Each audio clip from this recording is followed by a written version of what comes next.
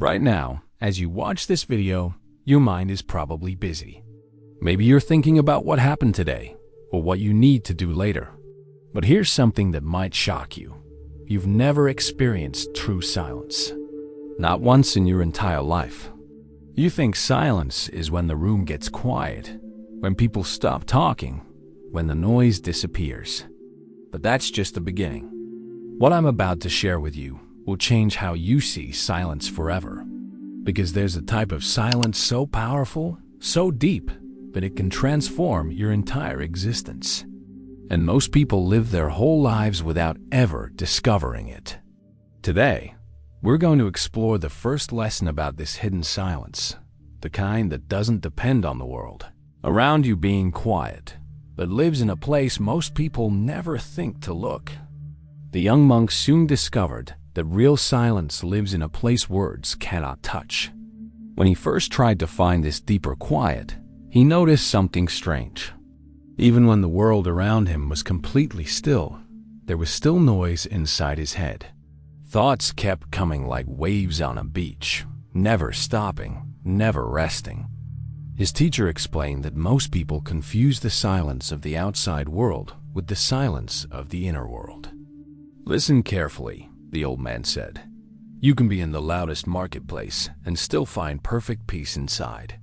Or you can be alone in a quiet room and feel chaos in your mind." The monk began to understand that true silence was not about controlling the world around him. It was about finding a space inside himself that existed beyond all the mental chatter. This space was always there, waiting patiently like a calm lake beneath stormy waves. He learned that his breath could become a bridge to this inner quiet. Each time he breathed in and out with full attention, he caught glimpses of something deeper than thoughts. Between one breath and the next, there was a tiny gap, a moment of pure stillness that felt more real than anything his busy mind could create. As days passed, the monk realized that this silence was not empty or boring. Instead, it was full of life in a way that was hard to explain. When he rested in this quiet space, he could hear things his thinking mind usually missed. He could sense the feelings of people around him without them saying a word. He could feel the rhythm of life itself, flowing through everything like an invisible river. The teacher smiled when the monk shared this discovery. "Now, you are beginning to see that silence is not the absence of something, but the presence of everything that truly matters." The most surprising lesson came when the monk learned to notice the spaces between his thoughts. Just like music needs pauses between notes to create beauty, his mind needed these quiet moments to find peace. He practiced watching his thoughts come and go, but instead of following them, he would rest in the small gaps between them. These gaps grew longer and more peaceful as he practiced. In these moments, he felt connected to something much larger than his small daily worries. It was as if he had found a hidden door in his own mind that opened to a vast, peaceful garden where everything was exactly as it should be. Now that the monk had tasted true silence, he began to see something troubling about his old way of living. He realized that for years, his mind had been like a person who couldn't stop talking, even to himself. From the moment he woke up until he fell asleep, there was constant noise in his head. Thoughts about yesterday, worries about tomorrow, opinions about everything he saw. It never stopped. But here's what shocked him most. He had been addicted to this mental noise without even knowing it. The monk noticed that whenever things got quiet, he would immediately reach for something to fill the space. He would start planning, or remembering, or judging what was happening around him. It was like his mind was scared of empty space and had to fill every moment with mental chatter. His teacher explained that most people live this way their entire lives. They fear the quiet because they don't know who they are without all the noise, the old man said. They mistake the voice in their head for who they really are. This was the monk's biggest discovery. He had spent his whole life thinking that the constant stream of thoughts in his head was actually him. Every worry, every opinion, every little comment his mind made about everything. He thought that was his true self. But now he could see that these thoughts were more like clouds passing through the sky of his mind. They came and went, but the sky itself never changed.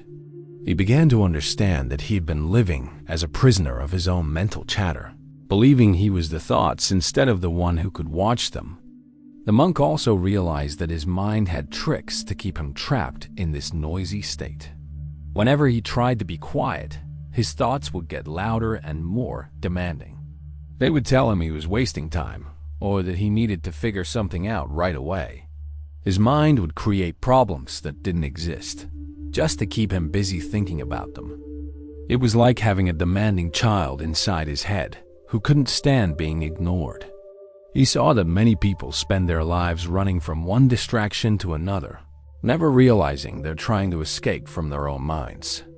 Once the monk understood what was blocking his path to silence, his teacher knew it was time for the third lesson, learning how to actually create and grow this inner quiet.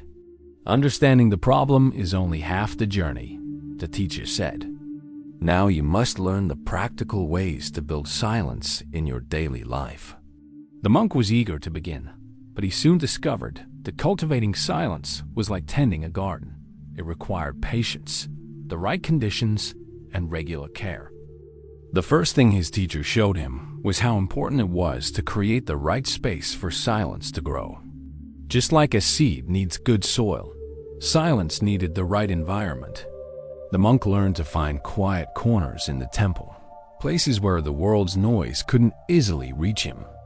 But more than that, he learned to create inner space by setting aside specific times each day just for silence. He discovered that when he made silence a priority, giving it a special place in his day, it became stronger and more accessible.